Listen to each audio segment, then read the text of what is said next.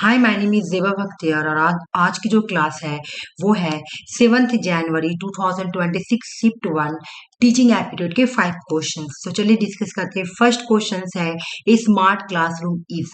सबसे पहले हम ये समझते हैं कि स्मार्ट क्लासरूम किसे बोली जाती है ना। स्मार्ट क्लासरूम किसे बोला जाता है?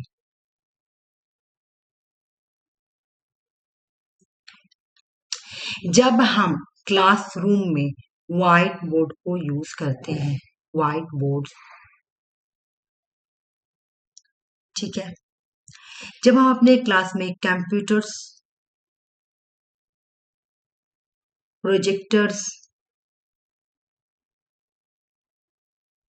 इंटरनेट कनेक्टिविटी,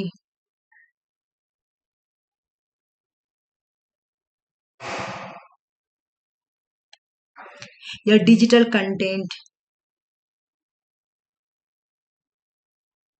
इस तरह की चीजों को यूज करते हैं, तो इस तरह के क्लास को हम लोग बोलते हैं स्मार्ट क्लासरूम।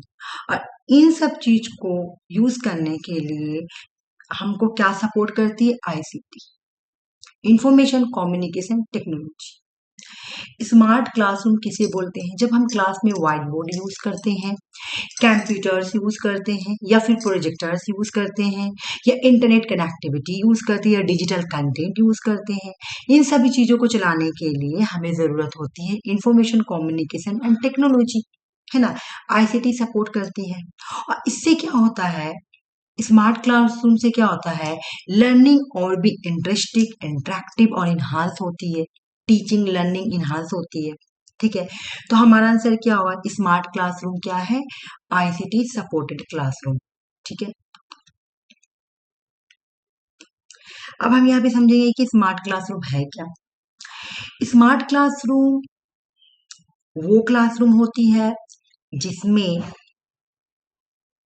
स्मार्ट क्लासरूम वो क्लासरूम होती है जिसमें आईसीटी का यूज करते हैं क्लास को इंटरेक्टिव बनाने के लिए, जिसमें white board, computers, projectors, internet connectivity, digital content, learning management system को यूज करते हैं ताकि लर्निंग और टीचिंग इन्हांस हो, ठीक है।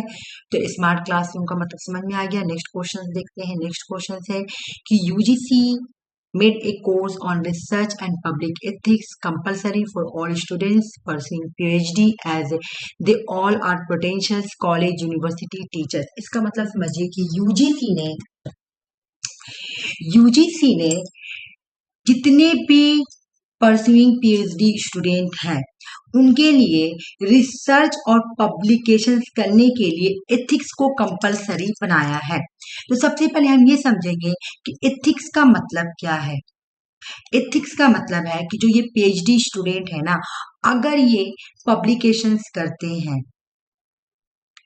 या फिर रिसर्च करते हैं, इनको एथिक्स को फॉलो करना है। एथिक्स का मतलब क्या है?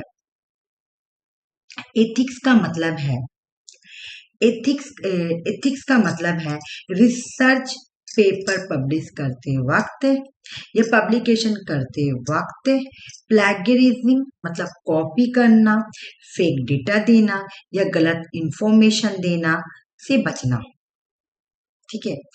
अगर आप बच रहे हैं यानी आप एथिक्स को फॉलो कर रहे हैं, अगर आप अपने रिसर्च में या पब्लिकेशंस में फेक डेटा यूज नहीं कर रहे हैं या प्लैगियरिज्म या कॉपी नहीं कर रहे हैं, ठीक है, इसका मतलब आप एथिक्स को फॉलो कर रहे हैं। तो यूजीसी ने क्या किया? यूजीसी ने बोला कि जितने भी स्टूडेंट परस्यूइंग पीएचडी है उनके लिए पब्लिकेशंस और रिसर्च में एथिक्स कंपलसरी है। ये जो परस्यूइंग पीएचडी स्टूडेंट है ये कॉलेज और यूनिवर्सिटी में टीचर्स और प्रोफेशंस बनेंगे। ये अर्शासन बोल रही है। रीजन क्या बोल रही है? देखिए, रीजन बोल रही है कि एक टीचर को रिसर्च एथिक्स की समझ होनी चाहिए ताकि वो स्टूडेंट को एथिकल तरीके से नॉलेज क्रिएट करना और रिसर्च करना सिखा सके। हम समझेंगे। यूजीसी ने क्या बोला? यूजीसी ने बोला कि जितने भी पीएचडी होल्डर्स या परस्यूइंग हैं उनके लिए अगर वो रिसर्च करते हैं या पब्लिकेशंस करते हैं तो उनको एथिक्स को फॉलो करना कंपलसरी है। ठीक है, क्योंकि ये जितने भी पीएचडी स्टूडेंट है ना, ये कॉलेज में बाद में फ्यूचर में जाकर यूनिवर्सिटी कॉलेज में प्रोफेसर बनेंगे, है ना। तो एक टीचर को एक क्योंकि अब यहाँ से आ जाएगा क्योंकि, बिकॉज, है ना, क्योंकि एक टीचर को रिसर्च एथिक्स की अंडरस्टैंडिंग होनी चाहिए, है ना। तभी तो तभी तो अपने स्टूडेंट को एथिकल तरीके से नॉलेज क्रिएट करने और रिसर्च करना सिखा सकेंगे। इन्होंने रूल क्यों बनाया? पहले रूल बनाएंगे तब तो वो कॉलेज यूनिवर्सिटी में जाएंगे, तो अपने स्टूडेंट को भी रिसर्च करने के लिए जब वो सिखाएंगे तो एथिकल तरीके से रिसर्च करना सिखाएंगे। तो आशासन और रीजन दोनों एक दूसरे को सेटिस्फाई करें कि यूजीसी ने जो स्टूडेंट पीएचडी कर रहे हैं उनके लिए पब्लिकेशन और रिसर्च में एथिक्स कंपलसरी रखा, क्योंकि ये लोग कॉलेज यूनिवर्सिटी के प्रोफेसर बनेंगे। क्योंकि एक टीचर को रिसर्च एथिक्स की अंडरस्टैंडिंग होनी चाहिए, तभी तो वो अपने स्टूडेंट को जब रिसर्च करना सिखाएंगे तो एथिकल तरीके से रिसर्च करना सिखाएंगे। तो अनुशासन रीजन एक दूसरे को सेटिस्फाई कर रही है, तो हमारा आंसर ए हो गया। ठीक है, यूजीसी ने जितने भी परस्यूइंग पीएचडी स्टूडेंट हैं उनके लिए रिसर्च और पब्लिकेशन एथिक्स कंपलसरी रखा। ये जो पीएचडी स्टूडेंट है ये कॉलेज यूनिवर्सिटी में पोटेंशियल्स, मतलब कि फ्यूचर्स में जाके कॉलेज में और यूनिवर्सिटी में प्रोफेसर बनेंगे, उनके अंदर वो पोटेंशियल्स है ना। क्योंकि एक टीचर को रिसर्च एथिक्स की अंडरस्टैंडिंग होनी चाहिए, तभी तो वो अपने स्टूडेंट को रिसर्च करना सिखाएंगे, है ना, या नॉलेज प्रोड्यूस करना सिखाएंगे, तो एथिकली तरीके से सिखा सकेंगे। ठीक है, तो इसलिए आंसर ऑप्शन ए होगा। नेक्स्ट क्वेश्चन है, अच्छा इसका आंसर ही आगे फिर भी हम समझते हैं। मैक्सिम्स ऑफ टीचिंग्स, पहले हम समझेंगे मैक्सिम्स ऑफ टीचिंग्स किसे बोलते हैं, उसके बाद हम पढ़ेंगे कितना मैक्सिम्स ऑफ टीचिंग्स है। आइए पहले देखते हैं मैक्सिम्स ऑफ टीचिंग्स किसे बोलते हैं। मैक्सिम्स ऑफ टीचिंग का मतलब है टीचिंग के ऐसे रूल्स या प्रिंसिपल जो टीचर को डिफिकल्ट टॉपिक को स्टूडेंट को सिंपल तरीके से समझाने के लिए यूज किया जाता है। मैं एक बार फिर से बताती हूँ कि मैक्सिम्स ऑफ टीचिंग क्या है। मैक्सिम्स ऑफ टीचिंग क्या है कि मान लो कि एक टीचर है, टीचर के सामने कोई डिफिकल्ट टॉपिक है, उसके लिए डिफिकल्ट नहीं, स्टूडेंट को समझाने के लिए वो टॉपिक डिफिकल्ट है ना, डिफिकल्ट टॉपिक है, और वो अपने स्टूडेंट को समझाना चाहता है बिल्कुल सिंपल तरीके से, है ना, सिंपल तरीके से उसको समझाना चाहता है। ठीक है, समझाना चाहता है अब कि स्टूडेंट को अंडरस्टैंड हो सके, तो ये सिंपल तरीके से समझाने के लिए वो मैक्सिम्स ऑफ टीचिंग का यूज करता है। एक टीचर अपने स्टूडेंट को डिफिकल्ट टॉपिक को समझाने के लिए, उसको अंडरस्टैंडिंग तरीके से सिंपल तरीके से समझाने के लिए मैक्सिम्स ऑफ टीचिंग्स को यूज करता है। ठीक है, ये टीचिंग का एक गाइडिंग प्रिंसिपल भी है। ठीक है, समझ में आ गया कौन कौन से हैं, देखते हैं कौन कौन सा मैक्सिम से। पहले known to unknown. Known to unknown का मतलब क्या है, जो स्टूडेंट पहले से जानता है उसे नया टॉपिक की तरफ ले जाना।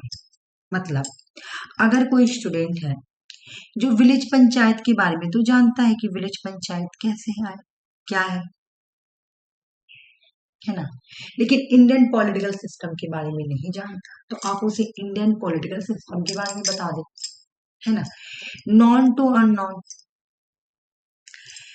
जैसे कि कोई इंसान जानता है ये कि वर्ल्ड वॉर 2 कैसे हुआ, है ना, लेकिन वर्ल्ड वॉर 2 के बाद क्या आया ये नहीं पता, वर्ल्ड वॉर 2 के बाद कोल्ड वॉर हुआ। ठीक है, तो ये तो पता था, लेकिन ये था नॉन से अननोन, ये तो पता है, फिर उसको अननोन चीज भी बता दो। फ्रॉम सिंपल टू कॉम्प्लेक्स, बच्चे को अगर आप क्लासरूम में पढ़ाते हैं तो सबसे पहले इजी टॉपिक, मतलब आपको अगर आपको किसी बच्चे को पढ़ाना है तो आप सबसे पहले उसको एडिशन दीजिए पढ़ाने के लिए, एडिशन के बाद सब्ट्रैक्ट दीजिए, उसके बाद मल्टीप्लाई दीजिए, उसके बाद डिवीजन दीजिए, है ना। इस तरह से पढ़ाएं, सिंपल टू कॉम्प्लेक्स। ऐसा नहीं सबसे पहले हम डिवीजन दे दें फिर मल्टीप्लाई, ऐसा नहीं, सबसे पहले सिंपल टू कॉम्प्लेक्स की तरफ जाइए। फ्रॉम कंक्रीट टू अब्स्ट्रैक्ट, पहले आप रियल ऑब्जेक्ट, उसके बाद experience before the abstract idea. इसका मतलब है कि पहले रियल चीज के बारे में बताएं, फिर आइडिया या थ्योरीज के बारे में बताएं। ठीक है, पहले रियल चीजों के बारे में बताएं, जो कंक्रीट है उसके बारे में बताओ, फिर एब्स्ट्रैक्ट आइडियाज के बारे में बताएं। From particular to general, present specific example first. पहले आप एक पार्टिकुलर चीज के बारे में बताएं और उसके बाद उसको जनरलाइज कर दें। ठीक है, पार्टिकुलर टू जनरल, पहले एग्जाम्पल फिर रूल। टीचर क्या करता है, टीचर पहले उसको क्या करेगा, एग्जाम्पल से समझाएगा, उसके बाद उसको अप्लाई करके दिखाएगा। ठीक है ना, जैसे पहले अगर पहले आप क्या करो, बच्चों को ए फार्मूला बता दो। ठीक है ना, ए प्लस बी को होल स्क्वायर का formula A square plus 2b plus B square, ये एक पार्टिकुलर चीज है। फिर उसको मैथमेटिक्स बनाओ तो उसको अप्लाई करके दिखाओ, तो वो हो गया जनरलाइज करके दिखाना। ठीक है, तो पहले इसी तरह पहले आप पहले एग्जाम्पल दीजिए, फिर उस एग्जाम्पल को अप्लाई करके दिखाइए। ठीक है, तो पार्टिकुलर टू जनरल, उसके बाद analysis to synthesis, break down a concept into part then the combine them into a whole. आप अगर अगर आप बच्चे को पढ़ा रहे हैं तो आप ह्यूमन बॉडी के बारे में पढ़ा रहे हैं, तो आप क्या करें, ह्यूमन बॉडी के पार्ट पहले ह्यूमन बॉडी के पार्ट को अलग अलग करके पढ़ाएं। ठीक है, किस तरह से, पहले आप डाइजेस्टिव सिस्टम के बारे में बताएं, है ना, उसके बाद रिस्पिरेटरी सिस्टम के, फिर सर्कुलेटरी सिस्टम के बारे में बताएं, और उसके बाद सारी बॉडी को एक बार मिलाकर बता दें। तो इस तरह से हो गया एनालिसिस टू साइंटिस्ट, पहले तोड़ तोड़ कर बताएं, फिर उनको जोड़कर बता दें। होल टू पार्ट, ठीक है, whole to part, whole to part का मतलब क्या है, होल टू पार्ट का पहले पूरा मैप ऑफ इंडिया को दिखाओ, पहले पूरे इंडिया के मैप को दिखाओ। ये देख, ये पूरा इंडिया के मैप है, ऐसे इस तरह से पहले इंडिया के मैप को दिखाओ, उसके बाद इंडिया के मैप के हर एक फिर पार्ट पार्ट के पढ़ाओ। इंडिया में फिर जितने स्टेट है, जिस स्टेट की जो फीचर्स है उसके बारे में पार्ट पार्ट करके बताओ। पहले पूरे इंडिया के बारे में बताओ, होल पार्ट के बारे में बताओ, फिर पूरे इंडिया के जो पार्ट है स्टेट वाइज, इस तरह से आप बताएं, तो whole to part. Undefined to define, undefined to define मतलब जो चीज डिफाइन नहीं किया गया है ना, पहले उसको एक्सप्लेन करें, उसके बाद डिफाइन चीज को एक्सप्लेन करें। कहने का मतलब है कि आपको तो पता है कि इन्वायरमेंट पॉल्यूशन पॉल्यूटेड हो रही है, ये आपको नॉलेज है, आपको इन्वायरमेंटल पॉल्यूशन के बारे में पता है, लेकिन वो किस किस चीज से मिलके बना है वो नहीं पता। हम लोग का जो इन्वायरमेंट पॉल्यूटेड हो रही है वो वाटर पॉल्यूटेड की वजह से हो रही है, एयर पॉल्यूटेड की वजह से हो रही है, नॉइज पॉल्यूशन की वजह कर हो रही है, इन सब चीजों से हो रही है। तो ये सब चीज इनडिफाइंड है, तो आप पहले इसको डिफाइन करो, उसके बाद डिफाइन चीजों, उसके बाद आप पॉल्यूशन के बारे में बताएं। एम्पिरिकल टू रैशनल, पहले आप एक्सपीरियंस करें, उसके बाद लॉजिक लगाएं, एक्सपीरियंस कर कर लॉजिक लगाएं। ठीक है, next question, psychology, psychological to logical, पहले आप बच्चों, अगर आप क्लासरूम में बच्चे को पढ़ाने जा रहे हैं तो पहले आपको लर्नर या बच्चे के इंटरेस्ट को अपनी तरफ गेन करना पड़ेगा, है ना, उसके बाद उसको लॉजिकल चीज समझाना पड़ेगा। फेयर टू नियर टू फार, पहले क्या करो, अगर आप पढ़ाते तो अपने, अगर आप किसी को एनवायरमेंट स्टडी के बारे में पढ़ा रहे हैं, है ना, ईवीएस पढ़ा रहे हैं, तो आप पहले अपने आसपास के एनवायरमेंट के बारे में पढ़ाइए, और उसके बाद आस्ते आस्ते के दूसरे, फिर थोड़ा दूर पहले आप क्या कीजिए, अपने आसपास के इलाके के बारे में पढ़ाइए, फिर पूरे स्टेट के बारे में बताइए, फिर पूरे इंडिया के बारे में बताइए। इस तरह पहले नियर से फार, पहले नजदीक चीजों के बारे में पढ़ाए, फिर दूर की चीजों के बारे में पढ़ाए, इस तरह से बच्चों को समझ में आएगा। ठीक है, तो उसके बाद हम क्वेश्चन सॉल्व करते हैं। क्वेश्चन क्या है हमारा, कि इनमें से कौन कौन से मैक्सिम्स ऑफ टीचिंग है, तो first is simple to complex, बच्चे को पहले सिंपल चीज पढ़ाए और उसके बाद कॉम्प्लेक्स चीज को समझाए।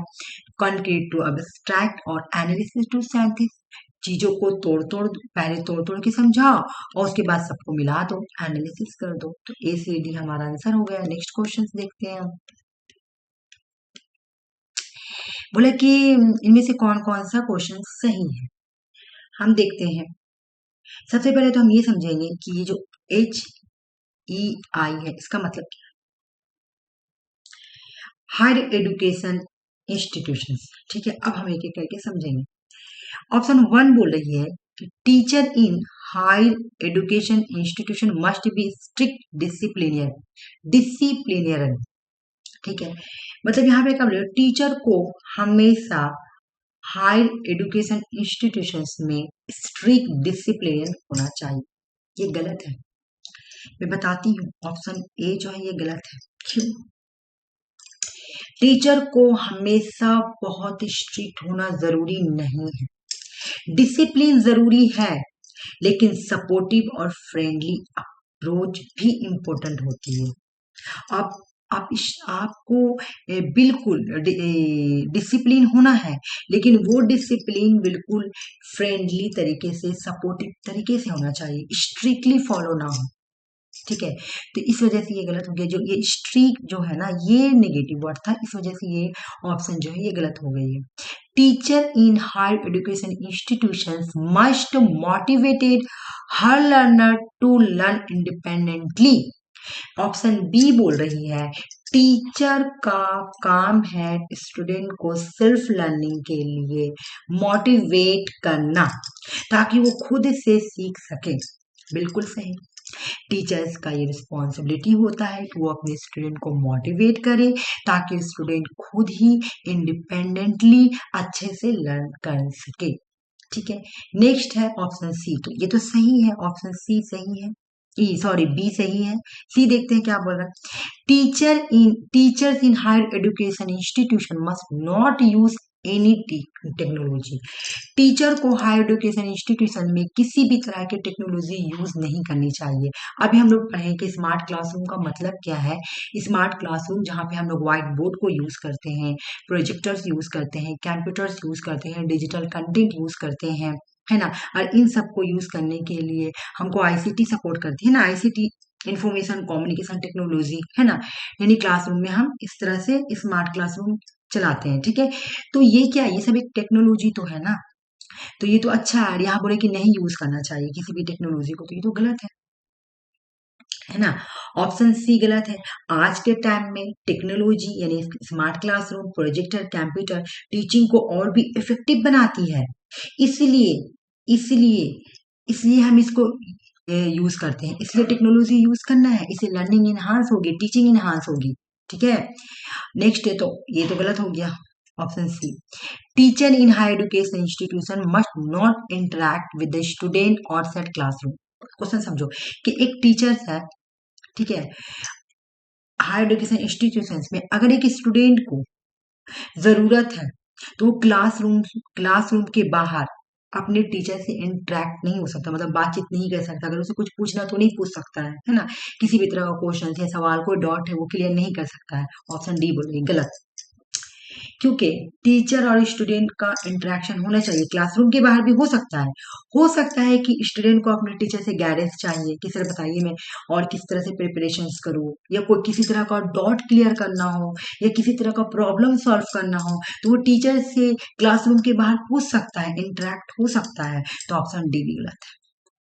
Teacher in higher education institution must be an avid reader and participant in the hard discipline discourse।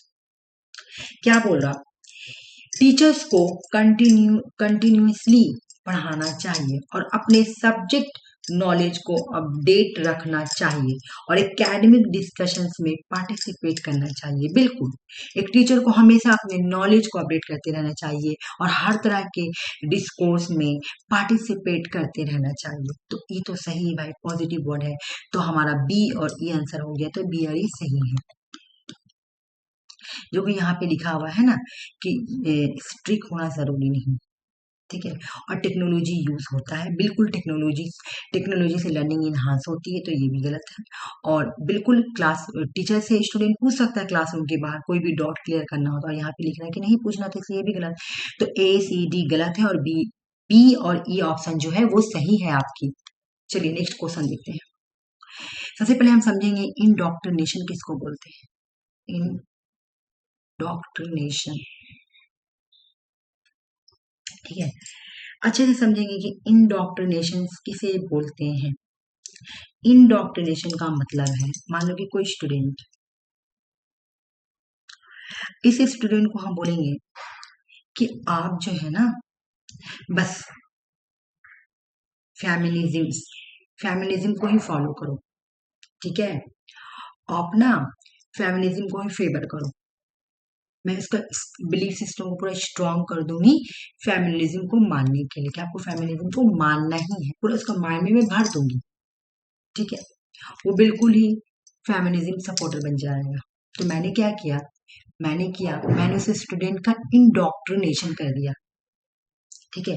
Indoctrination का मतलब होता है उस स्टूडेंट के अंदर किसी स्पेसिफिक बिलीफ या आइडियोलॉजी को स्ट्रांगली डेवलप करना, जिससे उनका व्यू पॉइंट फिक्स हो जाता है। जैसे मैं बोल दी इस बच्चे को, इस स्टूडेंट को, कि तुमको फेमिनिज्म को फॉलो ही करना है, फेमिनिज्म ही अच्छा है ना, इसको तुम प्रमोट करो। अब ये इसी के बारे में ही इसका बिलीफ सिस्टम इसके फेमिनिज्म को लेकर बहुत स्ट्रांग हो गया, तो इसका क्या होगा, इंडोक्ट्रिनेशन, ठीक है। तो to form find belief in student, indoctrination, ठीक है। To save their behaviour and conduct, अभी समझते हैं। जब हम किसी के बिहेवियर को चेंज कर रहे हैं, जैसे तुम देखे होगे कि मिलिट्री में जब जाते हैं आर्मी वाले लोग, तो उन लोगों को ट्रेनिंग दिया जाता है। ट्रेनिंग क्यों दिया जाता है, उनके बिहेवियर, उनके तौर तरीके को चेंज करने के लिए, है ना। बिल्कुल तौर तरीका चेंज हो जाता है।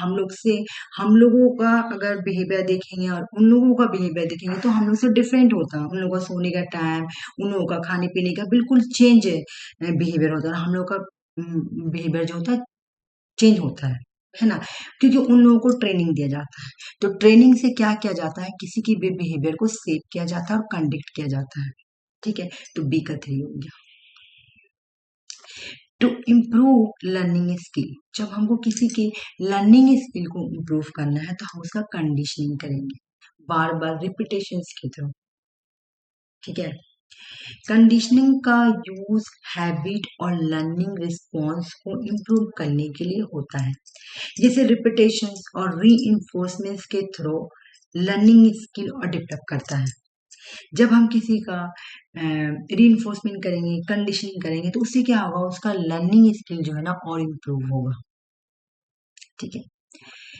हम किसी को नॉलेज देते हैं, ठीक है, कि अब जैसे मैंने किसी बच्चे को पढ़ाया कि कोल्ड वार जो है ना, दो सुपर ब्लॉक के बीच में हुआ था, यूएसए और यूएसएसआर के बीच में। ये एक आइडियोलॉजिकल वार था, है ना। मैंने ये नॉलेज दिया और बच्चे ने क्या किया, उस नॉलेज को ले लिया, उसने उस नॉलेज को एक कमांड समझ के अपने माइंड में रख लिया। तो मैंने इंस्ट्रक्शन दिया to command with the knowledge, है ना। इंस्ट्रक्शंस का मतलब होता है नॉलेज देना और अंडरस्टैंड डेवलप करना, जिससे लर्नर इंफॉर्मेशन को समझता है और उसे अपने माइंड के अंदर रखता है, ठीक है।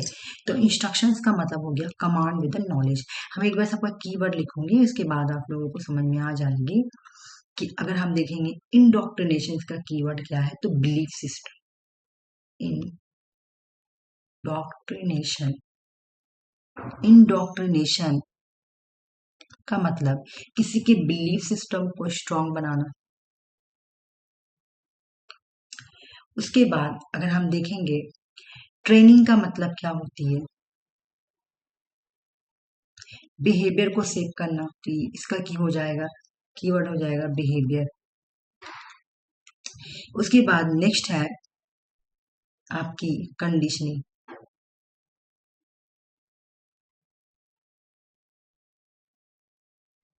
कंडीशनिंग में हम क्या करते हैं, लर्निंग स्किल को इम्प्रूव करते हैं, लर्निंग स्किल को इम्प्रूव करते हैं। और इंस्ट्रक्शंस में क्या करते हैं, नॉलेज देते हैं। तो हम अपना आंसर चेक करेंगे और आंसर हमारा बन गया बिलीफ यानी इंडोक्ट्रिनेशन, बिहेवियर यानी ट्रेनिंग, लर्निंग स्किल यानी कंडीशनिंग और डी का 1 इंस्ट्रक्शंस। तो ए का 2, बी का 3, सी का 4, डी का 1।